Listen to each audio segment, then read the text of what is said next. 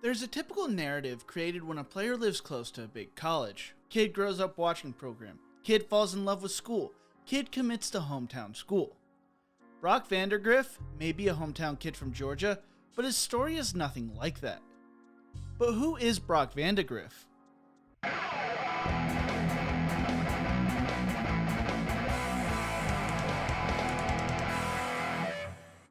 In the Who Is series, we go through the backstories of up-and-coming collegiate and pro athletes. If you enjoyed this video, make sure to leave a like, share, and subscribe to the channel, and let me know who you want to see in future episodes. Brock Vandagriff grew up in Bogart, Georgia, a town that is about 20 minutes away from Athens, depending on the traffic. Although Vandagriff grew up so close to Georgia, he actually did not grow up a Bulldogs fan. His family actually had season tickets to Auburn until he was 10. His father, Greg, grew up in Knoxville, Tennessee, and his mother is originally from Alabama. Greg told The Athletic, "We're like spies living in a different land in Athens." So how did Brock end up so close to Georgia? Well, Brock's dad, Greg, is a high school football coach, and his coaching career brought him to the Peach State. Greg was the head coach at Kell High School in Marietta, and then the Woodward Academy in Atlanta, before taking the job at Prince Avenue Christian School. Brock started playing football in elementary school, participating in flag football. Greg thought his son would be a defensive player due to Greg being a defensive mind. Let's just say he struggled playing defense. He would catch up to the guy with the ball, but struggled to take his flag, and it didn't go so well. What Brock could do is throw the ball. Brock told The Athletic, "I was always wanting to throw it. I didn't care as much about the cool catches on the sideline. I was always wanting to throw it before they hit the sideline or throw the over-the-shoulder catches." A lot of times when a child shows a lot of potential at quarterback, parents will overdo it from an early age. I talked about player burnout in my cost to be a Division I quarterback video from about a week ago. I'll link the video in my description below if you are interested. Greg tried not to fall into that trap and avoided the middle school quarterback camp circuit. Greg said he did not want to develop dad vision, which he described as a delusional and unrealistic expectations for his son. Greg had experience with college recruiting due to coaching Elijah Holyfield and 8 other Division I players. In 8th grade, Brock's family started to realize he was developing into a special player, so Greg sent out film to a few schools. It was not an offer my middle schooler type of film sharing. It was more of, "I don't know how Brock will develop, but you may want to put this kid on your radar." Vandagriff attended Prince Avenue Christian School, where he played for his father. Along with football, Brock also played basketball and ran track. During his freshman year, Brock completed 14 of his 25 passes for 267 yards and 2 touchdowns, while also having 130 rushing yards and 3 more touchdowns.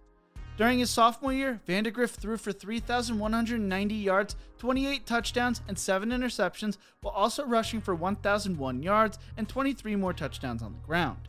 In 2019, he threw for 2,471 yards, 31 touchdowns, and 3 interceptions, completing 71.6% of his passes. He also added 262 yards and 6 touchdowns on the ground. Vandagriff played through a broken ankle in a game during his junior year, but only played in 8 games for the whole season.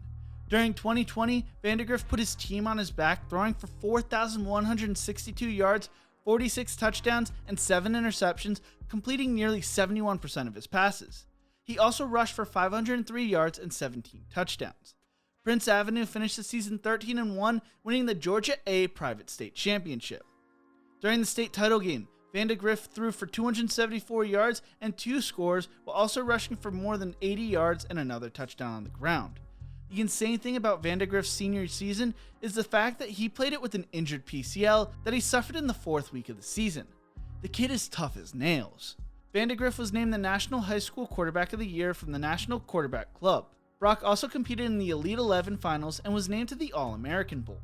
According to 24/7 Sports Composite, Brock Vandagriff was a 5-star recruit who was the 2nd best dual-threat quarterback, 2nd best player in Georgia, and 16th best player in his class. He scored a 9 in size, 8 for intangibles, pocket presence, mobility, and arm strength, while having a rating of 7 for outside the pocket, delivery, and accuracy. According to Gabe Brooks of 24/7 Sports, Vandagriff's pro comparison is Jarrett Stidham, and he's projected to be a future 2nd-round pick in the NFL Draft. He received over 20 different Division I offers from the likes of Alabama, Auburn, Florida, Georgia, and Oklahoma. His first Division I offer came from Miami. The Vandagriffs had gone to church with Mark Richt when he was the head coach at Georgia, so there was a family connection. Then interest from schools started growing gradually, and the family focused on Oklahoma, Florida, and Georgia. Originally, Georgia was only on the list due to its proximity to home. Oklahoma and Florida were on the list due to how Brock would have fit in their offenses due to his ability. Oklahoma was an early frontrunner due to Lincoln Riley's success of developing quarterbacks, turning both Baker Mayfield and Kyler Murray into Heisman-winning and #1 overall picks, and Vandagriff's skill set fit the offense almost perfectly. Greg Vandagriff spoke on the situation, saying, "It was the right football decision, and the decision was based on football, not based on logistics, what's best for everybody else.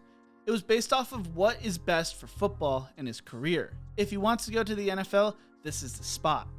It seemed like Brock was going to be a Sooner until a holiday dinner in 2019. One of his relatives made a comment about how far Oklahoma was away from home.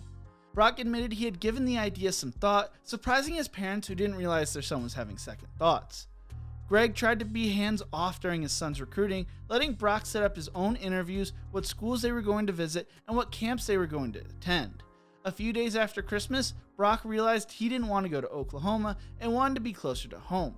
He spoke to Georgia head coach Kirby Smart and then offensive coordinator James Coley, but he didn't decommit from Oklahoma right away. The Georgia coaching staff was excited to recruit Vandagriff, especially since Georgia's offense was struggling at the time. Brock still thought Oklahoma was the best fit for him, football-wise, but spoke on the situation saying, "Me and my dad were talking. My priorities have kind of switched.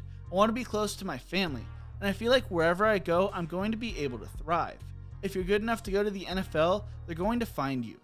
Then Jeff Monken was hired to be the offensive coordinator for Georgia 3 days after Vandagriff committed to Georgia. Monken told Brock, "What you need to understand is we're going to run what fits our players. If it's pass run 50-50, then we're going to do that. If it's pass first, if it's run first. I do believe we're going to open up the passing game more, but to be successful in the SEC, you have to run the ball. We're not going to get away from that." Brock compares the way he plays the game to former LSU quarterback Joe Burrow, saying, "I'd say my label would be a 1A guy, a pro-style guy that can extend the plays if need be, and get out of the pocket if that's what happens. But the main thing I'm doing is if the timing is right and no pressure, bang, the ball's out. Stuff like that. If the play breaks down, the pocket breaks down, get out and try to make something happen."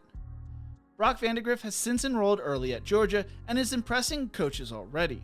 Kirby Smart told a Rivals.com podcast, "He loves the weight room. He loves to compete and lift weights. It's hard for me to put a tag on a guy like that because he's a little bit different than the other guys. Brock is looking as good as advertised so far at Georgia according to Dog Nation.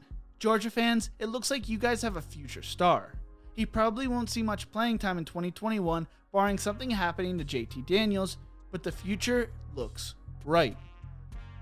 If you enjoyed this video, check out my other videos in the Who Is series. Don't forget to leave a like, share, and subscribe to the channel. And as always, remember to embrace the grind.